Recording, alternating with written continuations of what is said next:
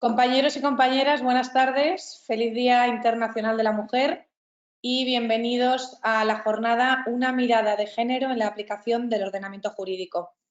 Mi nombre es Paloma Díaz Lorente, soy vicepresidenta de la Agrupación de Jóvenes Abogados de Madrid, para los que no me conozcáis, desde una agrupación desde la cual, como sabéis, tenemos un compromiso prioritario que es contribuir a la formación continua y gratuita de la abogacía joven, ofreciendo siempre jornadas y seminarios formativos basados en la práctica y en la experiencia jurídica.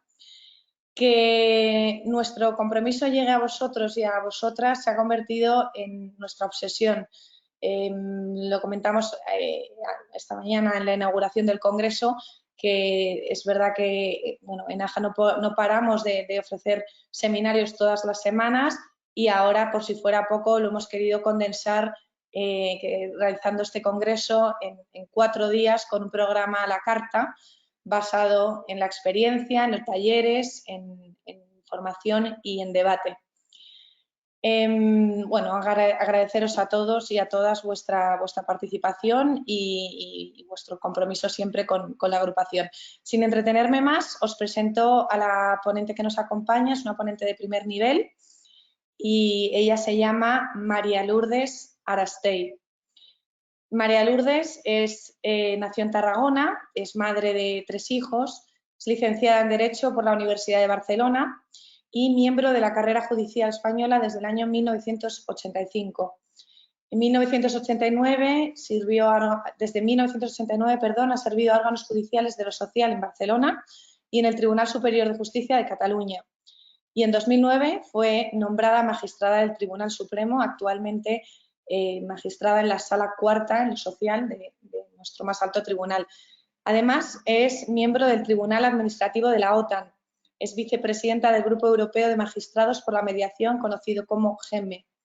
Coordinadora del Programa de Formación Judicial Continua sobre Perspectiva de Género del Consejo General del Poder Judicial. Miembro de la Junta Directiva de la Asociación Española para el Estudio de Derecho Europeo, AEDEU.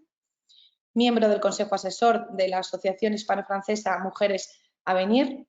Miembro del European Law Institute. Miembro del Consejo Científico de Revista Femeris de Estudios de Género de la Universidad Carlos III. Coordinadora del área social de la formación judicial en perspectiva de género del Consejo General del Poder Judicial. Y además ha participado por España en las cumbres Justicia y Género y de magistradas de Cortes Supremas de Latinoamérica, de Cádiz y de Cochabamba. Integró como experta el proyecto de la Comisión Europea y del Consiglio de la Magistratura de Italia para la participación de mujeres y hombres en los procesos de toma de decisión. Como os decía, Lourdes es una ponente de primer nivel, pero no solo por su condición de magistrada en el Tribunal Supremo, que ya dice mucho para los tiempos que corren, sino como una mujer y ciudadana ejemplar que con su trabajo, dedicación y esfuerzo contribuye desde hace muchos años a una justicia más real e igualitaria.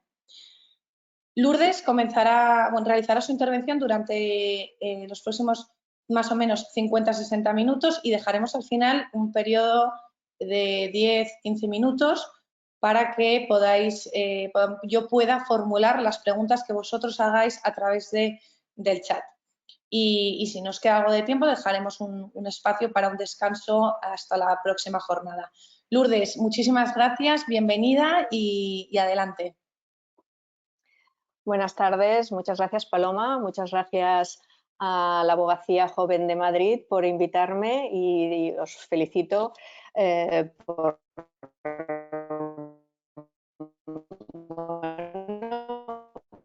por este congreso y por vuestra actividad, que sé que es constante, es ingente y que realmente el mantenimiento de un congreso así, de estas características y en estas circunstancias, demuestra lo vitales que sois y lo profesionales que sois, ¿no? Bueno, hoy es un día especial, ¿no? Un día no exento de sus polémicas, pero bueno, ¿qué seríamos los españolitos sin una polémica, ¿no? Es un día especial que hace que realmente debamos plantearnos también quizá nosotros más que nadie, el tema de la igualdad entre mujeres y hombres, ¿no?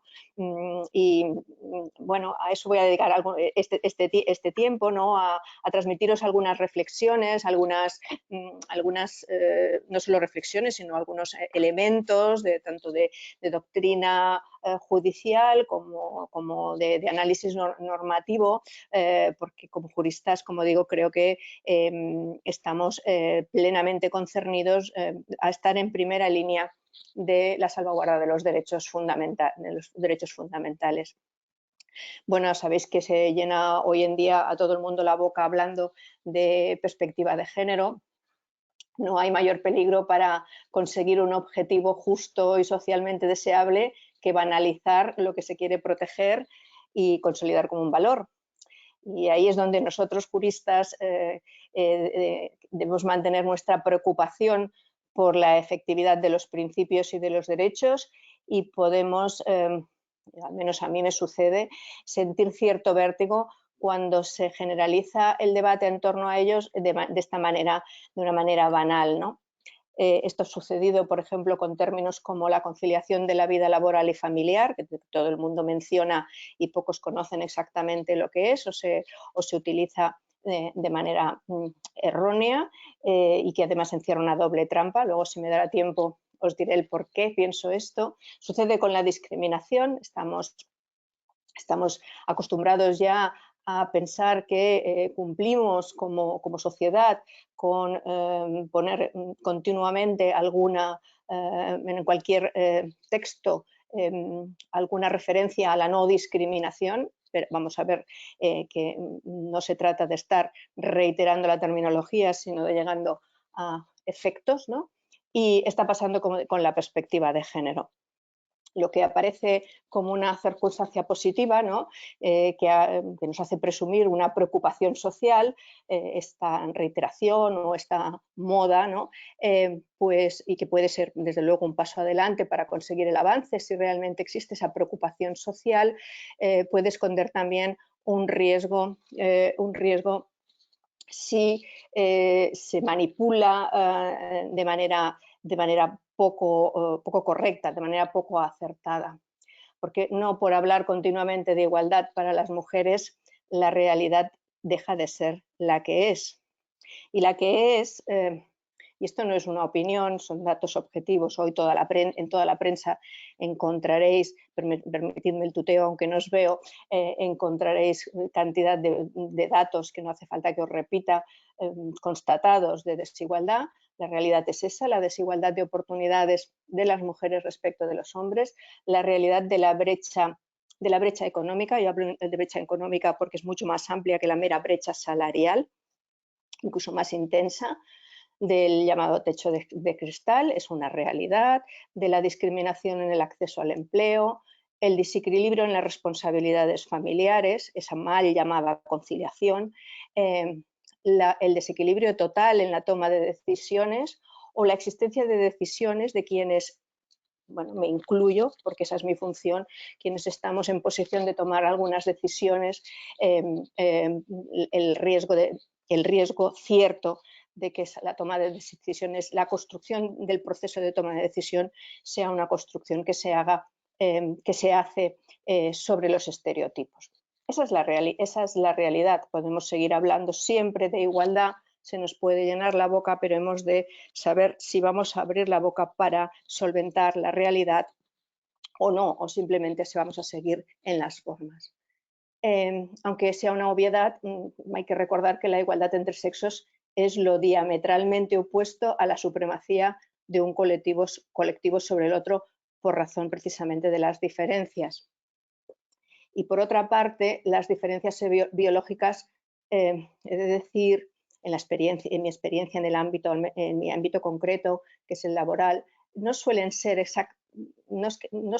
la mayoría de las veces la causa de la desigualdad, sino que esa desigualdad es debida a los atributos que se han otorgado a cada sexo, más allá de las desigualdades biológicas. Y es aquí donde entra en juego el concepto género, también mal utilizado. El punto de vista sociocultural, ese es el concepto. La propia Real Academia Española así lo define, ¿no? Todo ello pese a la enorme y sustancial evolución experimentada en nuestro ordenamiento jurídico. Ninguna duda, estoy hablando de una asociación de jóvenes, los que no somos tan jóvenes como yo, hemos vivido muchos de estos datos que os voy a dar, por tanto no son tan antiguos, no voy a hablar de un derecho histórico. Pero fijaros, estamos en un país en que hasta 1958, yo nací en el 59, hasta 1958 las mujeres no podían ser tutoras ni testigos en testamentos. Hasta 1961, en las empresas públicas y en muchas empresas privadas, la mujer estaba obligada a pasar a la excedencia forzosa al contraer matrimonio. Yo todavía veo y he visto pleitos donde todavía tenemos problemas derivados de aquella excedencia forzosa por razón de matrimonio, que se denominaba así, y por tanto el apartamiento de las mujeres de la vida laboral y por tanto de la cotización, con la consecuencia de que esas mujeres ahora son personas mayores que no tienen derecho a pensión. Hasta 1967 estaba prohibido que las mujeres fuéramos jueces o fiscales. ¿Y sabéis por qué? Pues la ley decía que esa prohibición venía especificada, y os lo leo literal, porque pondría en peligro ciertos atributos a los que deberían renunciar, como son la ternura, la delicadeza y la sensibilidad. Desde que somos jueces, pues se ve que ya no somos tiernas, ni delicadas, ni sensibles. La primera mujer juez en España fue en el año 72 en la justicia comarcal. Se llamaba María Jover. La primera fiscal en el 74 se llamaba Belén del Valle, y la primera mujer en primera instancia, como juez de primera instancia, porque entonces eran cuerpos separados, lo fue en el 77, Josefina Trigueros, que hasta hace no mucho estaba todavía en el Tribunal Superior de Justicia de Madrid, en la sala de lo social. Hasta el año 73, la mujer soltera, menor de 25 años, no podía abandonar el domicilio sin consentimiento paterno. Hasta el 75, los anticonceptivos eran delito. Esto lo he estudiado yo hasta en la carrera ya. Hasta el 75 también la mujer casada necesitaba permiso del marido para trabajar, para cobrar el salario, para ejercer el comercio, para abrir una cuenta bancaria, para sacar el pasaporte o sacarse el carnet de conducir. Hasta el 76 las mujeres no pudieron ser ni policías ni entrar en las Fuerzas Armadas. Y hasta el 78 el adulterio era delito, un delito penado con pena de hasta 6 años de prisión. Y lo más curioso es que había que ver qué se definía en el Código Penal como delito. Pues la conducta tipificada era cometer adulterio. La mujer, es decir, el único sujeto activo del delito era la mujer casada que yace con varón que no sea su marido y el que la hace con ella sabiendo que es casada. Es decir, fijaros, el delito no era el del hombre, era solo el de la mujer casada. El marido también tenía posibilidad de ser penado, pero por un delito distinto, el delito de amancebamiento, que tenía una configuración bastante distinta también, porque mientras que la mujer cometía delito solo por acostarse una vez con alguien que no fuera su marido, para que el marido cometiera delito de amancebamiento debería sostener manceba, decía el Código Penal, dentro de la casa conyugal, que ya tiene sorna la cosa, o notoriamente fuera de ella. ¿Veis la diferencia de trato? Bueno, así podemos seguir. En el 92 se permitió por primera vez, gracias a una sentencia del Tribunal Constitucional, que las mujeres pudieran trabajar en las minas en el 92. La primera mujer que accedió al Tribunal Supremo en nuestro país lo fue en el 2002, mi compañera Milagros Calvo, que se jubiló el pasado agosto de 2019. En estos momentos solo somos 14 de 80 en el Tribunal Supremo, y así sucesivamente.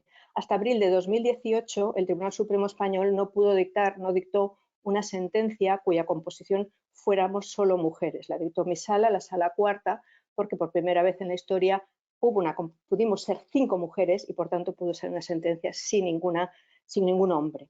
Algo que además sorprende porque llama la atención. Llevamos 200 y pico años de Tribunal Supremo y nunca ha llamado la atención que las sentencias estuvieran firmadas solo por hombres. Pero si las firman solo mujeres llama mucho la atención.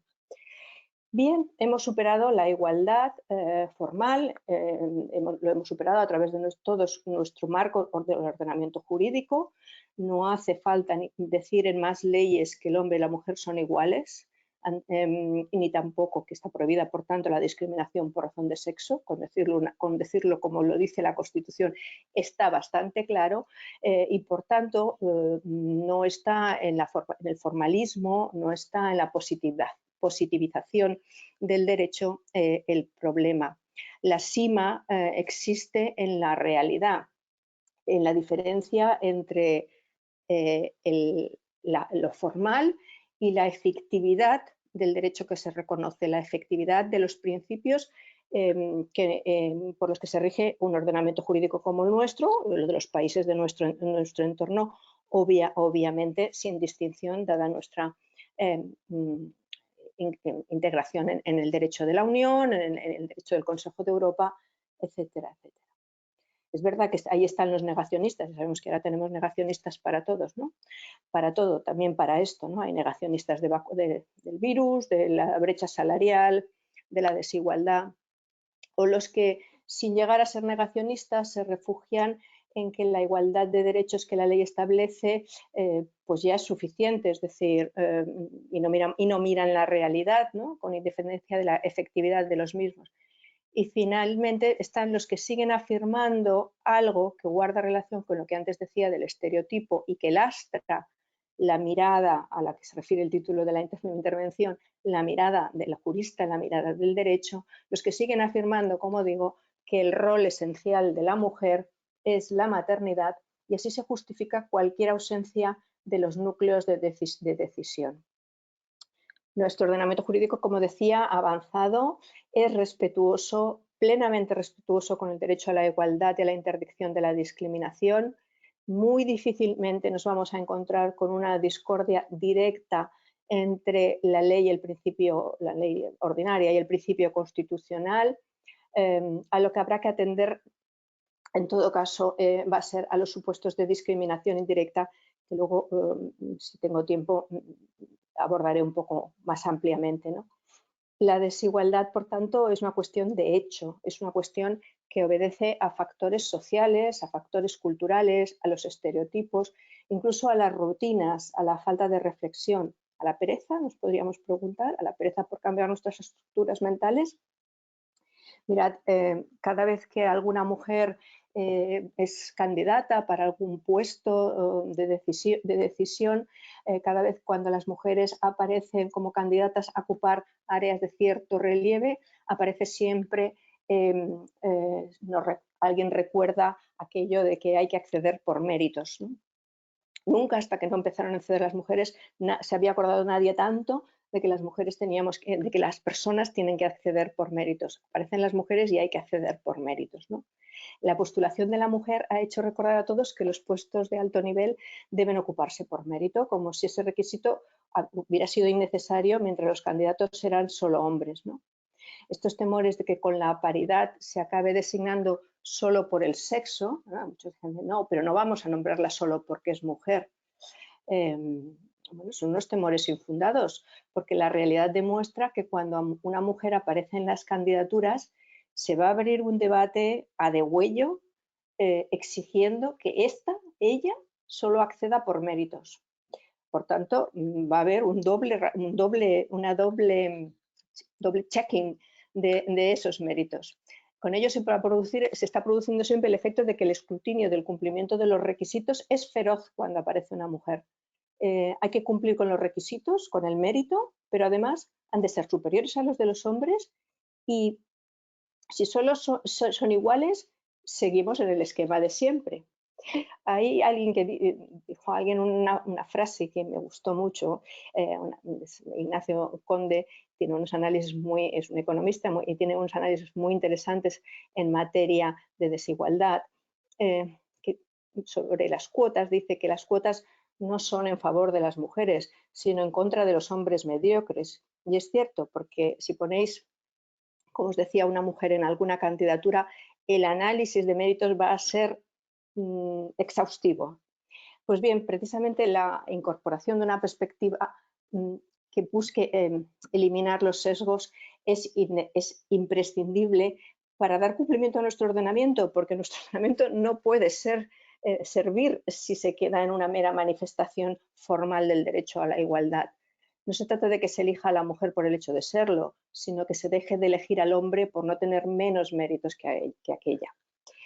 Y es que la mera y solitaria igualdad formal oculta las diferencias naturales y eso va a redundar en desigualdad. En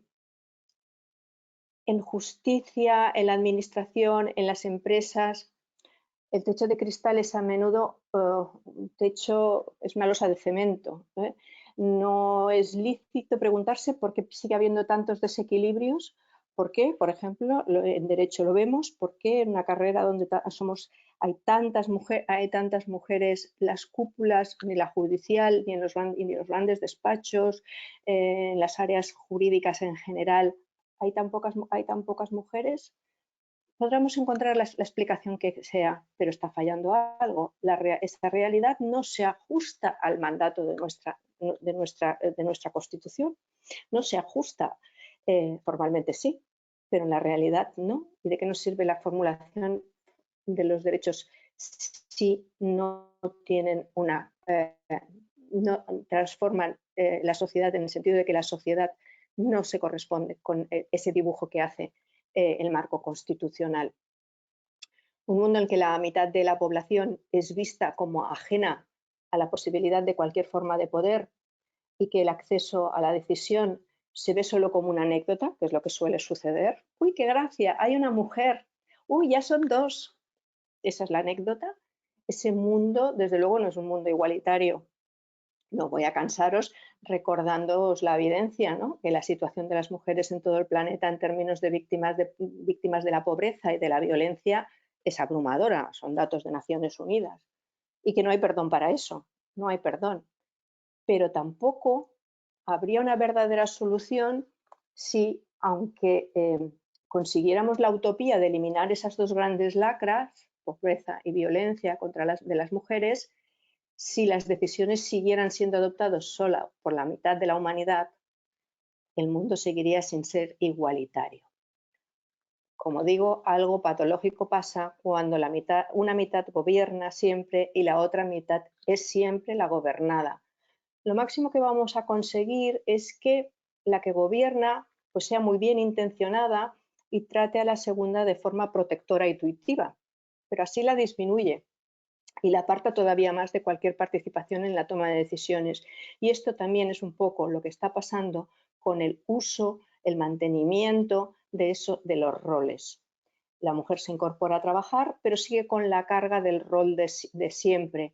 Bien intencionadamente se le van a dar más permisos y más instrumentos para que siga apartada cuando el mecanismo es el de la corresponsabilidad, el de la participación en todos los aspectos de la vida.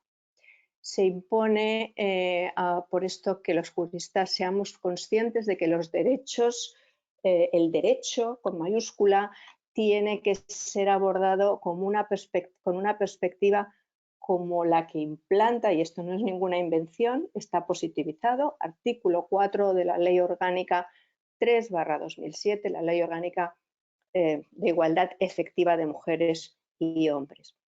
Ley que en su título lleva una palabra que no es, lleva un adjetivo que no es baladí, efectiva, igualdad efectiva, porque para igualdad formal ya teníamos el artículo 14 de la Constitución, no hacía falta más desarrollo. Y ese artículo 4 introduce un criterio de interpretación normativo que por tanto se une, estamos hablando de una ley orgánica, se une a los criterios de interpretación de las leyes del código establecidos en el Código Civil y es el criterio de interpretación con perspectiva de género, formulado, luego lo veremos cómo. ¿Qué quiere esto decir? Quiere decir que hay que eludir que las cosas suceden como suceden porque las mujeres son de esta manera, las mujeres son de otra manera, los hombres son así, los estereotipos, los sesgos. Mira, la generalización de cómo somos las mujeres y las presunciones sobre lo que es más apropiado para nosotros, esa buena intención, esa tutela, esa protección, nunca van a poder admitirse para justificar la negación de las oportunidades para las mujeres. La excusa de las diferentes capacidades ha creado una imposibilidad de superación que hace que a día de hoy la brecha entre la igualdad constitucionalmente establecida y la realidad parece insuperable. Recordaréis todos muy recientemente el fallecimiento de la juez del Tribunal Supremo Ruth Bader Ginsburg. Esta mujer, una mujer excepcional, en una sentencia en el año 96, una sentencia del Tribunal Supremo de Estados Unidos, señalaba que esa generalización de cómo somos las mujeres hace que se les deniegue cualquier posibilidad de talento fuera del estereotipo. Era un caso, bueno, puedes pensar que es un caso curioso, sin embargo, todos sabemos, los que estamos dedicados al derecho, que en la realidad de nuestro día a día del trabajo, la realidad supera a todas las ficciones. Bueno, este caso era un supuesto en donde el gobierno federal demandaba al estado de Virginia porque el Estado mantenía y subvencionaba o sufragaba una institución, un centro de educación secundaria que se llamaba el Virginia Military Institute, donde solo entraban chicos y donde se les hacía, esto es muy de los americanos, pero donde estos chicos en secundaria ya empiezan una preparación premilitar, por decirlo de alguna manera, de cara después a entrar en las carreras, en una carrera militar. Y el gobierno federal entendía que esa segregación, ese impedimento de que en ese centro se formaran mujeres era contrario a la Constitución americana, a la Equal Protection Clause. Virginia, el estado de Virginia, el demandado, argumentaba que el centro ponía en valor la capacidad física y, por tanto, como ese era el valor, las mujeres no daban,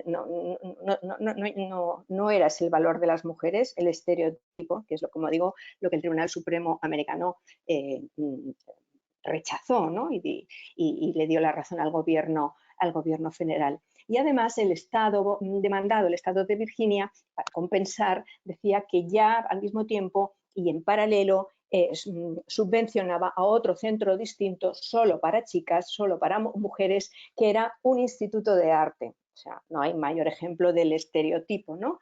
De las mujeres, pues también las vamos a potenciar desde la perspectiva artística. La juez Ginsburg dijo que ni el objetivo de producir ciudadanos soldados ni la metodología del instituto pueden ser considerables como inherentemente inadecuados para las mujeres.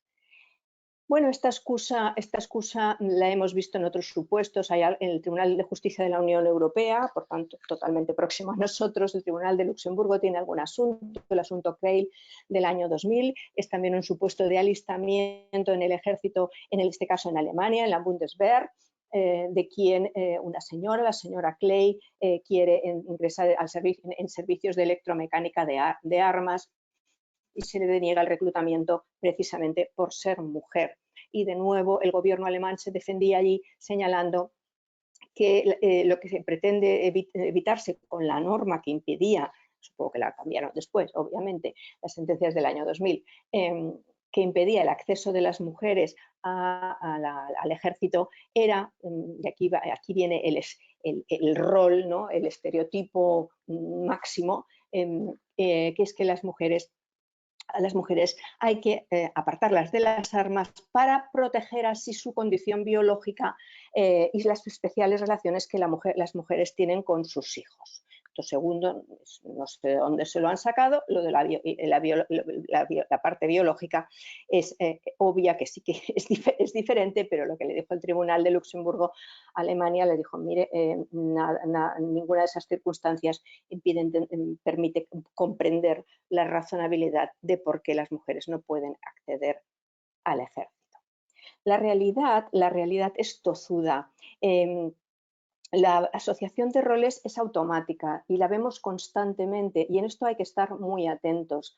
Y a eso tiende el precepto que os decía, el artículo 4 de nuestra ley orgánica, cuando impone ese criterio interpretativo y de aplicación de la ley, y que por tanto nos concierne a todos, y que nosotros estamos los jueces obligados a utilizar. Y no es un invento del legislador español, como os podéis imaginar, ni muchísimo menos. La Ley Orgánica de Igualdad, en su artículo 4 y luego en el 15, que lo remacha, están positivizando un principio, el principio del gender mainstreaming, de transversalidad, que se acuñó ya tiempo atrás en la tercera conferencia mundial de Naciones Unidas Mujer en Nairobi, y después se consagró en la famosa conferencia mundial de Pekín, de Beijing, del año 95. Un concepto que ha aceptado el Tribunal Constitucional en sentencia en 2009, y que el Tribunal Supremo lo utilizó por primera vez en una sentencia de mi sala, de la sala cuarta, el 21 de diciembre de 2009. Es la primera vez que se utiliza el concepto de perspectiva de género, la interpretación transversal que surge con fuerza a raíz, como digo, de la ley. ¿Por qué es importante? Pues porque hay que regatear que la existencia de los estereotipos tanto nocivos, bueno, no voy a comentaros, por ejemplo, la gala de los Goya y los comentarios de los fotógrafos en cuestión, tanto los estereotipos nocivos como los benignos, porque los benignos, y al menos en el campo del derecho laboral lo hemos visto continuamente, han sido verdaderamente perniciosos, ¿no? El que la mujer sea más protectora, la mujer es cariñosa, la mujer es cuidadora, determina después un rol y una atribución en el mundo laboral verdaderamente peyorativo y nefasto para las carreras y para la promoción tanto económica como profesional. Este campo normativo nuestro está en plena coherencia con el ordenamiento jurídico internacional al que nos debemos, obviamente. Tenemos un marco internacional que es derecho aplicable en nuestro país, como la Convención para la Eliminación de todas las formas de discriminación contra la mujer, la CEDAW, que es de Naciones Unidas del 79, donde, para que veáis que realmente está en plena línea con esa obligación de atacar la perspectiva con que se interpreta la ley, el artículo 5 de la Convención obliga a los Estados parte, y España lo es, a modificar los patrones socioculturales de conducta de hombres y mujeres con miras a alcanzar la eliminación de los prejuicios, y evidentemente eso lo tienen que hacer los poderes públicos. Algunos ejemplos de estereotipos con consecuencias lesivas para este derecho fundamental nos los ofrece el propio comité. El comité del CEDAW, el comité de seguimiento, ¿no? del convenio para la eliminación de la discriminación de Naciones Unidas, y bueno, los comento a ti para que se vea de qué estamos hablando cuando hablamos de estereotipos en la forma de interpretar y aplicar la ley. Hay un supuesto, por ejemplo, en 2010, el asunto es el caso Karen Tayac Vertido contra Filipinas, en donde se aprecia cómo el influjo del estereotipo va a determinar la solución, o la no solución, mejor dicho, que los poderes públicos, en este caso el Poder Judicial, le dio a esta señora, el Poder Judicial Nacional, obviamente, ¿no? La señora Karen Tayac Vertido era una señora que había sido, bueno, era la directora ejecutiva de una Cámara de Comercio, y fue violada por el presidente de la propia Cámara de Comercio. Pero este señor fue absuelto en el juicio penal que se siguió por estos hechos en base a que los jueces entendieron que el testimonio de la señora Tayac no era creíble, porque aunque había puesto resistencia en un primer momento, luego se había mantenido sumisa, y esto no es propio de una víctima y menos de alguien que no es tímido, una persona que no es tímida. El estereotipo de cuál es la víctima ideal, entre comillas, ¿no? Cuál es la víctima racional, que va a marcar la interpretación de la aplicación del derecho. Otro ejemplo de estereotipo lo vemos en el supuesto, y este es un caso de un Estado europeo, Bulgaria, era la señora Isatou Jalou. A esta señora se le había denegado la protección que había pedido en sucesivas denuncias de violencia contra su marido, interpuestas contra su marido, y se le deniega por parte de las autoridades policiales, administrativas o judiciales, no lo sé, se le deniega toda protección con el argumento de que él también ha interpuesto denuncias, es decir, el argumento de las denuncias cruzadas. Sin embargo, el Comité de la CEDAW, el Comité del Convenio, el Comité de Naciones Unidas, entiende que no se puede utilizar sin más esta igualdad de credibilidad en un supuesto como este, sin tener en cuenta las condiciones de la víctima, porque ahí estamos aplicando de manera negativa un concepto estereotipado de que las denuncias cruzadas entre dos personas, como si esto fuera lo de la riña tumultuaria, ¿no? Mantienen una zona de duda que permite la absolución. Porque es que esta señora era una mujer gambiana, analfabeta, viviendo en Bulgaria, no hablaba búlgaro, no tenía familia ni amigos en Bulgaria, por tanto, la única persona que conocía era a su marido y, por tanto, su vulnerabilidad debía haber compensado o servido para eliminar una decisión estereotipada. Y así podríamos ver muchos otros supuestos. Por acercarnos un poco más, tenemos el marco del Consejo de Europa, el Convenio Europeo de Derechos Humanos, por descontado su artículo 14 es igual a nuestro artículo 14 de la Constitución, y el Convenio de Estambul, mucho más reciente, que es el Convenio del Consejo de Europa sobre prevención y lucha contra la violencia contra la mujer y contra la violencia doméstica. Hay un precepto interesante que define el género, ¿no? Lo digo porque también ahí siempre ha habido una cierta reticencia, ¿no?, a aceptar ese concepto, e incluso yo estoy acostumbrada a ver la mala utilización y la no discernir bien lo que es discriminación por sexo y lo que es discriminación por género. Sexo y género no son exactamente lo mismo. Tenemos una definición ahí que es interesante.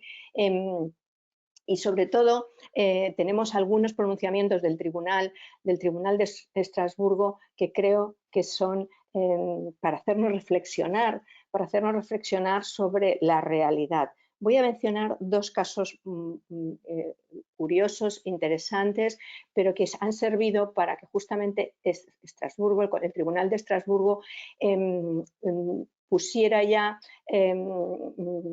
entrara de lleno en rechazar la aplicación estereotipada de la norma y rechazar los estereotipos y considerar que la utilización de los estereotipos vulneran el derecho a la igualdad de las mujeres frente a los hombres.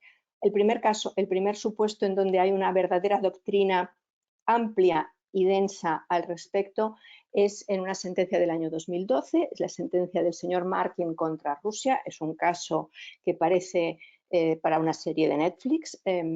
Este señor era un militar además de la inteligencia rusa, que pide un permiso para atender a su tercer hijo que acaba de nacer y le es denegado el permiso con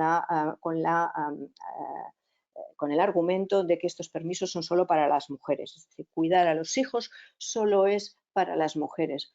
El caso, en el ámbito de la nacional, en el ámbito interno, el señor Martin llegó hasta el Tribunal Constitucional y el Tribunal Constitucional ratificó que a los militares hombres no se les pueden dar permisos de este tipo porque se pondría en peligro pues, la seguridad de la patria, ¿no?, de la seguridad nacional. Bueno, les invito a que se lean las idas y venidas del pobre señor Martin, que fue objeto de verdadera persecución entendiendo que además mentía, que era imposible que un hombre estuviera cuidando a su hijo, le mandaron al fiscal a su casa incluso para ello, en fin, una historia bastante rocambolesca para que el Tribunal de Estrasburgo zanja diciendo que efectivamente no se pueden perpetuar este tipo de estereotipos. El reparto tradicional de roles entre los sexos en una sociedad no puede servir para justificar la exclusión de los hombres, por muy militares que sean, de este tipo de derechos, que son derechos que consagran la igualdad. Porque para eso sirven, y ahí voy con lo que decía antes de la conciliación, los derechos de conciliación no son derechos de las mujeres. Si son derechos de las mujeres, estamos disparándonos en el pie. Los derechos de conciliación son derechos de corresponsabilidad y, por tanto, a veces se dice, pero es que también son derechos de los hombres. No es que sean derechos de los hombres tampoco, es que son derechos que están dibujados, diseñados para que el ejercicio indiscriminado de ellos permita una sociedad igualitaria. Si solo lo usan aquellas a las que ya se les tiene atribuido, como estamos viendo, ese rol de cuidadoras, el rol de madres, el rol de no separarse de sus hijos, a las que después se les junta con que tienen que cuidar de las personas mayores, que ya no, de las que no son madres, pues entonces esos permisos no sirven. Nos tendríamos que plantear casi el riesgo contrario. El segundo asunto del Tribunal de Estrasburgo sobre el que quiero poner el acento como ejemplo es más reciente todavía, es de una sentencia de julio de 2017, del caso Escarballo Pinto contra Portugal, para que vean hasta dónde llegan los estereotipos en la aplicación del derecho y, por tanto, el efecto contrario sobre circunstancias que podrían verse a lo mejor de manera más neutra si no hiciéramos ese análisis que el Tribunal de Estrasburgo hace, y aquí avanzo, condena a Portugal, y condena a Portugal por incumplir el artículo 14 del convenio, es decir, el derecho a la igualdad, y el Estado portugués lo incumple a través de un acto de Estado que es un acto judicial, una sentencia, nada más y nada menos que el Tribunal Supremo portugués. 2017, no estoy hablando del 58 como cuando les ponía el avance, les hablaba del avance histórico. Un supuesto rocambolesco también es la señora Carballo Pinto, es una señora que es intervenida quirúrgicamente y de esa intervención quirúrgica le quedan unas lesiones por las que se inicia un proceso de reclamación de una indemnización por mala praxis médica. Sus lesiones le generan, grosso modo, por resumirlo, por un lado, incapacidad de carácter sexual, no puede mantener relaciones sexuales, además sufre muchos dolores, y por otro, de movilidad. Tiene verdaderas dificultades para caminar, para estar sentada, incontinencia urinaria, etcétera, etcétera, etcétera. No hay duda que durante los procedimientos seguidos en instancia y en apelación se acredita que efectivamente ha habido una actuación contraria que ha sido la causante, y por tanto el litigio es sobre una indemnización de daños y perjuicios que se le otorga por los jueces de instancia o de apelación. Por dos conceptos, uno por los daños, por las secuelas, por el daño moral, y el otro porque a raíz de su situación necesita de una persona que le asista en el hogar, y por tanto hay dos conceptos, dos partidas indemnizatorias. La parte demandada accede a la casación y el Tribunal Supremo portugués mantiene el fondo del asunto y varía la indemnización, las dos indemnizaciones, las dos partidas de la indemnización, y las varía para disminuirlas. Y aquí viene el punto. El punto está en el razonamiento de por qué el Tribunal Supremo rebaja la cantidad de la indemnización reconocida a la señora Carballo. Pues bien, y se los voy a leer de manera directa. Rebaja la indemnización porque la actora tenía ya 50 años cuando se le practicó la cirugía, había tenido ya 2 hijos y por tanto tenía una edad en que la sexualidad no es importante. y también rebaja la del salario, por decirlo de alguna manera, que correspondería al abono del salario de la persona que le va a asistir en casa.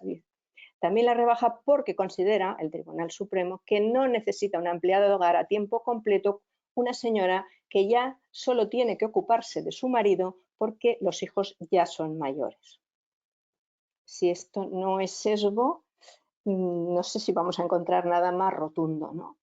El Tribunal de Estrasburgo es duro con Portugal, con el Tribunal Supremo portugués, no podía ser de otra manera, porque es que además se da la circunstancia, se acredita ante Estrasburgo que la misma sala, el mismo tribunal, un poco antes, había dictado 2 sentencias en supuestos también de mala praxis médica. En aquel caso los demandantes eran hombres, habían tenido lesiones que afectaban también a su capacidad sexual y eran personas de 55 y 59 años correlativamente. Y señalaba entonces al revés, indemnizaciones más altas, porque entendía que el que no pudieran realizar relaciones satisfactorias era un tremendo impacto mental para estas personas. Si es una mujer, no, ya ha tenido hijos, ya ha cumplido su función, ¿para qué quiere tener ninguna vida sexual? ¿Y para qué quiere una asistenta si solo se tiene que ocupar del marido? Es que se tiene que ocupar del marido y no ya de los hijos. En fin, un supuesto de sesgo importante. Uno de los elementos que hemos de tener en cuenta a la hora de hacer estos análisis es que nos vamos a encontrar casi siempre con la figura de la discriminación indirecta, que yo creo que también este es un concepto que no siempre se está utilizando con plena garantía de conocimiento, ¿no? Porque en ordenamientos jurídicos tan avanzados como el nuestro, ya les decía, no es que sea imposible, pero es bastante difícil que sea la propia norma la que está estableciendo ese trato desigual de manera directa. Lo que sí vamos a encontrarnos es con el análisis de si la aplicación de la norma puede tener un impacto negativo en un colectivo respecto de otro. Un impacto no buscado, es decir, la norma es neutra, ese es el concepto de la discriminación indirecta, la norma o la práctica o la conducta, voy a la norma por disparar más arriba, es neutra, pero el impacto es distinto. Es un concepto importante, es un concepto que se está viendo y nosotros en la Sala Cuarta lo estamos apreciando en muchas ocasiones. En derecho social hay ya muchos pronunciamientos nuestros y también del Constitucional, del Tribunal de Luxemburgo, porque el problema del marco jurídico no es a priorísticamente lesivo, pero puede tener efectos lesivos. Y sobre todo nos lo estamos encontrando en el ámbito laboral, pues con las prácticas empresariales o con disposiciones de los convenios colectivos. El concepto de discriminación indirecta es un instrumento importantísimo para alcanzar esa igualdad efectiva. Es un concepto que lo elaboró también aquí el Tribunal Supremo de Estados Unidos en el año 71 en una sentencia que es Griggs contra Duke Power. Era un supuesto en donde construyó esta figura que luego el derecho de la Unión Europea la ha recogido, está plasmado en las directivas antidiscriminación y que está recogida también en nuestras leyes, en todas las disposiciones relativas a la no discriminación y en particular en la Ley Orgánica de Igualdad. En aquel caso sucedía, estábamos en los años en donde empieza el movimiento pro derechos civiles, donde está en auge el movimiento pro derechos civiles en Estados Unidos, en este caso por discriminación racial, y empiezan las prohibiciones ya con carácter federal a normas que imponen la igualdad, ¿no? La no discriminación por razón racial. Bueno, pues en un determinado estado, no recuerdo exactamente el cual, efectivamente entra en vigor una norma que prohíbe la discriminación racial y esta empresa, Duke Power, que es la demanda Duke Power Corporation, lanza una oferta de empleo para trabajadores con nivel, digamos, de nivel básico, ¿no? De categoría de obrero, ¿no? de manual, sin ninguna exigencia especial, ¿no? Por decirlo de alguna manera. Sin embargo, en la oferta de empleo pide que los candidatos, ¿no? Tengan el título de bachillerato y que además superen un test de inteligencia. Estos requisitos no guardan ninguna relación con las exigencias del puesto, de los puestos que se ofrecen, pero que tiene como consecuencia esta norma tan neutra, ¿no? O esta exigencia tan neutra que tiene como consecuencia de que en aquel estado, en aquellos años, muy difícilmente la población negra tenía el bachillerato. De tal manera que de esta manera no evita poner en la oferta de empleo que no quiere negros, ¿no? Que no quiere personas de raza negra, pero rechaza a los candidatos, quedan excluidos automáticamente y no van a aparecer como candidatos porque no cumplen los requisitos. Aquí es donde el Tribunal Supremo de Estados Unidos creó este concepto de lo que en inglés quizás se entiende todavía mejor que nosotros usamos la expresión discriminación indirecta, ellos hablan de impacto inverso, ¿no? Es decir, la norma es neutra, pero tiene un impacto negativo sobre un colectivo y el impacto es de discriminación. Esa creación jurisprudencial, como digo, inicial, se plasma en nuestros ordenamientos jurídicos, del derecho de los estados de la Unión y pueden ver muchos ejemplos de estas situaciones en sentencias del Tribunal de Justicia. Hay un asunto, y además estos días, hace poco leía yo en la prensa que parece que se había planteado de nuevo algo similar. Hay un asunto de Grecia, de la policía griega, el asunto Kaliri del año 2017, donde el Tribunal de Luxemburgo tiene que analizar si las normas de acceso a la policía para entrar en el cuerpo de policía griega pueden ser contrarias a las directivas a la directiva de igualdad entre mujeres y hombres porque exigen una estatura mínima de 1,70 metros, bueno, 170 centímetros, ¿no? La señora María Eleni Caliria fue rechazada porque no llegaba a esa talla mínima, medía 1,68 la mujer y no fue admitida, ¿no? a los exámenes o a las pruebas de acceso a la policía y empezó un procedimiento por alegando discriminación por sexo. El tribunal griego plantea la cuestión prejudicial ante Luxemburgo y Luxemburgo tiene que analizar en qué medida eso está justificado. Aquí es un caso que es interesante porque hace un análisis, aquí estamos ante una norma neutra, ¿ven? Es el mismo caso casi que el americano, es una norma neutra, tienes que medir unos 70, no tiene nada que ver con tu sexo, pero no es una norma tan neutra porque normalmente los hombres son más altos que las mujeres, ¿no? O habrá más hombres que superen el 1,70 que mujeres. Y a partir de ahí lo que va a hacer el Tribunal de Justicia pues, es utilizar los mecanismos que se utilizan siempre en discriminación. Es decir, eso estaría prohibido, no es discriminación directa, pero es discriminación indirecta y por tanto estará prohibido, salvo, entonces empezaría a ver la vía de la justificación, de la razonabilidad, explíqueme Estado griego, por qué un policía con unos 70 sí o no, etcétera, etcétera, ¿no? Bueno, resulta verdaderamente interesante y tenemos bastantes casos al respecto. El tribunal ha tenido otros parecidos de cuerpos de bomberos, de otras fuerzas de seguridad y, como les decía, estos días leí en la prensa, no sé si era en la Guardia Civil, hay algún debate de nuevo sobre que se rebaje la talla para las mujeres, ¿no?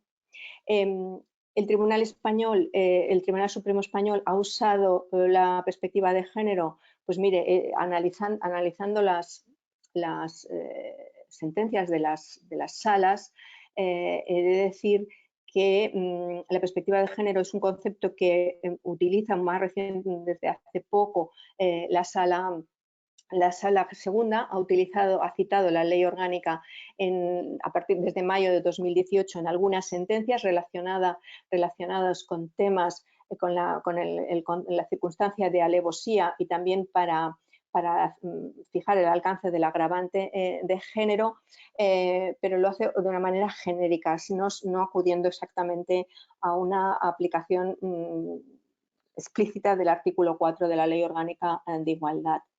También la Sala Tercera en contencioso administrativo ha utilizado el concepto de perspectiva de género en una materia muy específica que ha sido el tema de materia urbanística, ¿no? Los impactos de género en los planes urbanísticos, etcétera, etcétera. Y finalmente, como les digo, la sala que por primera vez lo hizo y que ha seguido haciéndolo y donde realmente se ha abordado de manera directa y explícita una interpretación y aplicación del artículo 4 y del artículo 5 de la Ley Orgánica, ha sido la sala cuarta, donde hemos tenido montones de circunstancias y de supuestos variados en que hemos podido ver que realmente estábamos ante un problema de desigualdad. Materias, pensiones. En materia de pensiones, varias cosas se producen. Una de ellas tiene que ver con el tema de la brecha económica. La brecha económica, que no es solo la brecha salarial, sino que hay mucha más brecha todavía en pensiones por varias razones. Una es por los periodos de cotización, el largo aparcamiento de las mujeres durante determinados periodos por esa exclusión, dado que se les atribuyen los roles de cuidados y sobre todo y muy particularmente por el hecho de que el gran porcentaje de trabajo a tiempo parcial sigue estando feminizado, lo que tiene una repercusión directa, obviamente, en el momento de la actividad laboral, pero que tiene una repercusión nefasta en el momento de las pensiones, y que nuestro legislador ha ido intentando compensar, ha habido modificaciones continuas, estableciendo coeficientes de compensación. Todos ellos han sido siempre combatidos, bien ante el Tribunal Constitucional, bien ante el Tribunal de Justicia, que siempre han encontrado que no se acababa de compensar del todo y que hay variantes variadas, valga la redundancia, sobre este tema. El tema de la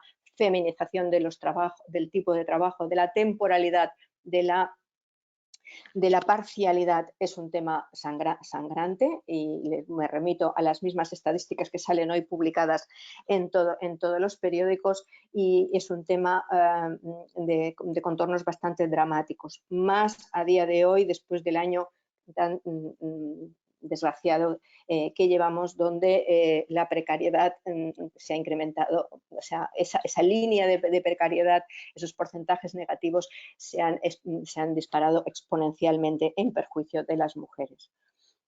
Otros supuestos que, por ejemplo, de los que les puedo poner de relieve cómo hemos llevado a cabo esa aplicación de la interpretación con perspectiva de género, pues miren, hemos tenido recientemente un asunto en donde se trataba de determinar si una trabajadora que sufre como consecuencia de un parto, sufre unas lesiones en el parto que le generan una incapacidad permanente, pues a esta trabajadora se le reconoce la pensión por parte de la Seguridad Social como una lesión derivada de enfermedad común.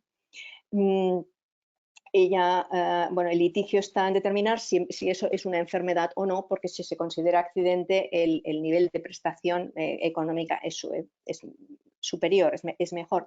Y ese era el debate. Bueno, pues la sala dijo que efectivamente no podemos entender que la circunstancia biológica de la mujer, que es parir, pueda ser considerada nunca una enfermedad. Porque eso sí que sería un estereotipo, un sesgo totalmente discriminatorio. Lo normal es parir. Si al parir tienes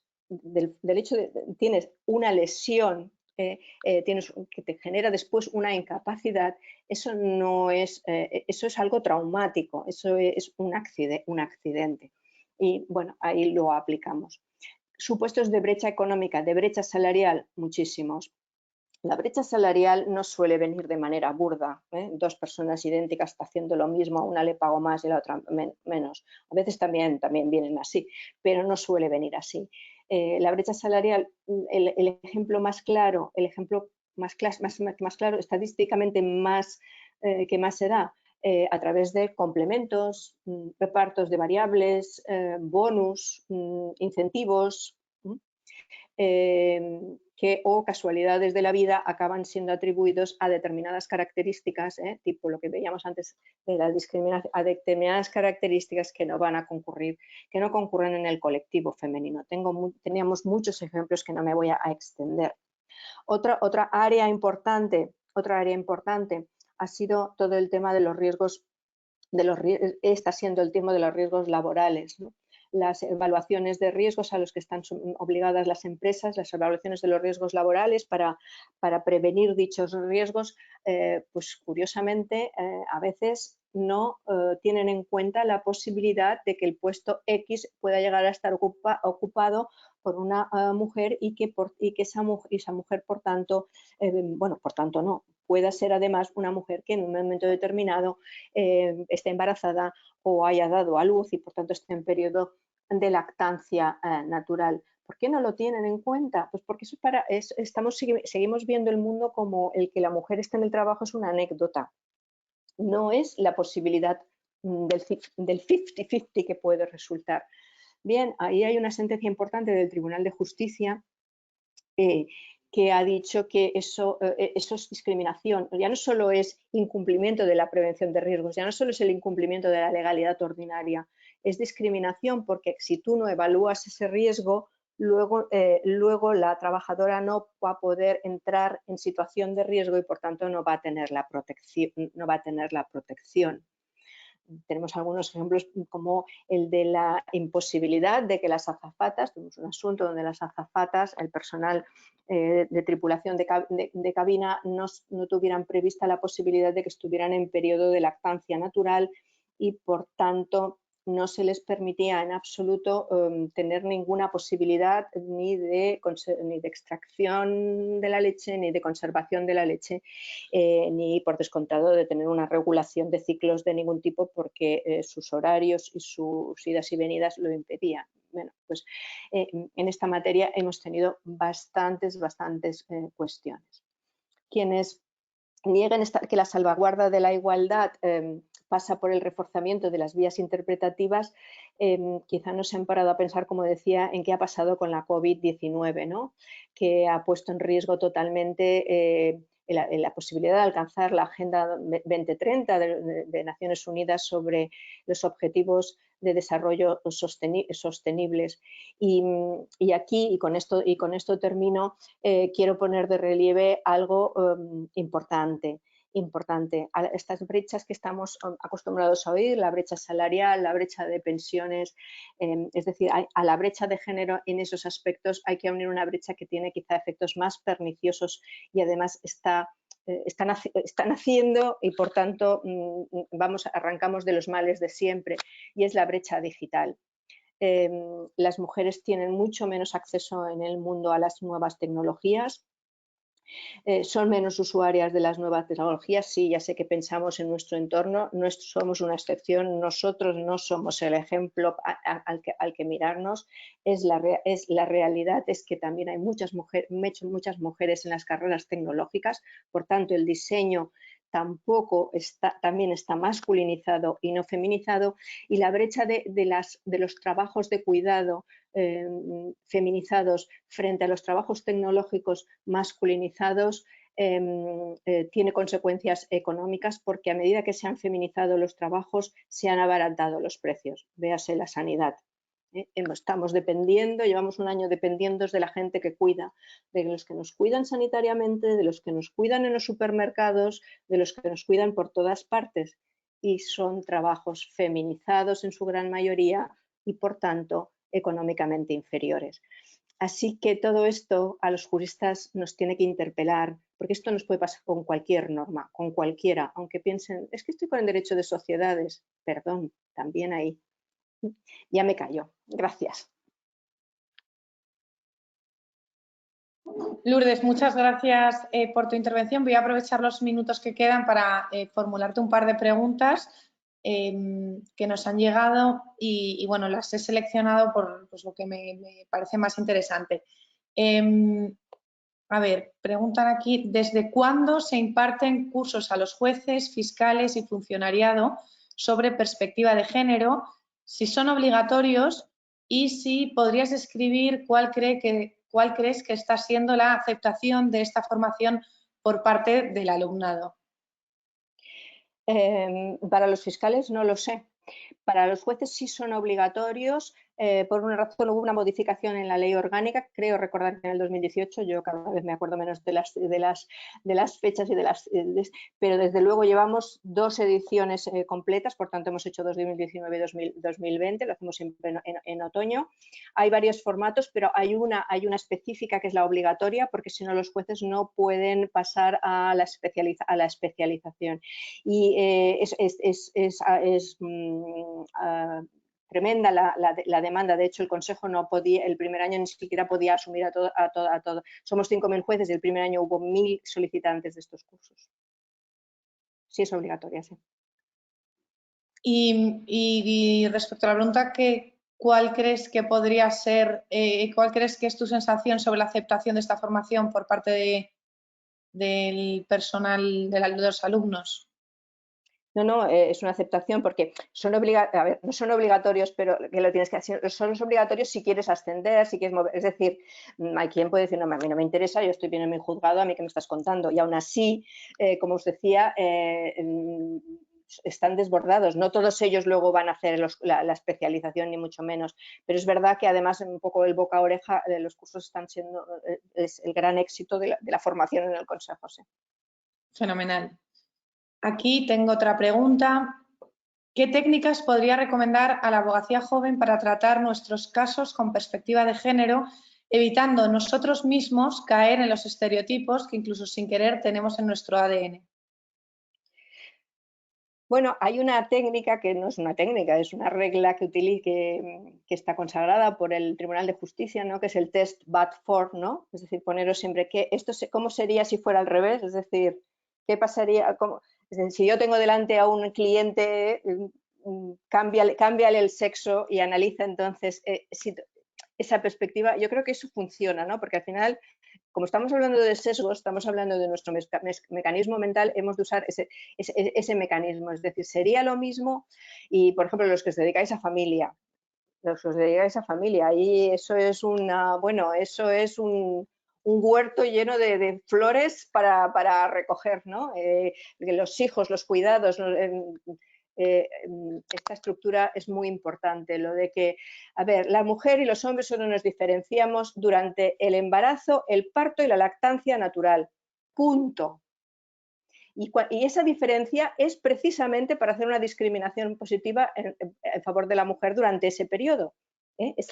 Justamente durante ese periodo hay una excepción a la igualdad en el sentido de que la mujer tiene que estar más protegida. El resto no. Entonces, a partir de ahí, cuando empezamos que si los hijos son de la madre, que si la madre es más cuidadora, vamos mal. Lourdes, muchísimas gracias. Ha sido un placer escucharte.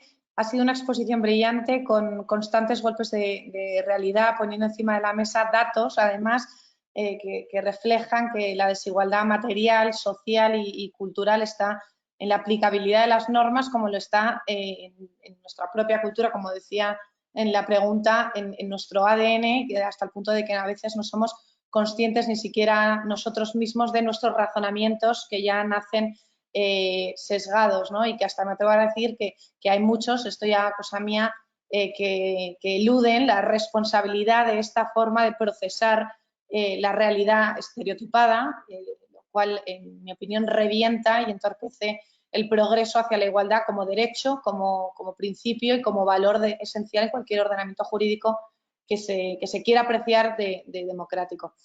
Muchísimas gracias absolutamente a todos y a todas, y aprovecho también para dar las gracias a nuestros patrocinadores, al Colegio de Abogados de Madrid, a la Mutualidad de la Abogacía, a Nueva Mutua Sanitaria, Derecho Práctico, Alier Abogados, Jericó, Muro y Asociados, UNIR, la Universidad en Internet, Banco Santander e ISDE. Hemos contado con como podéis ver, con muchísimo apoyo.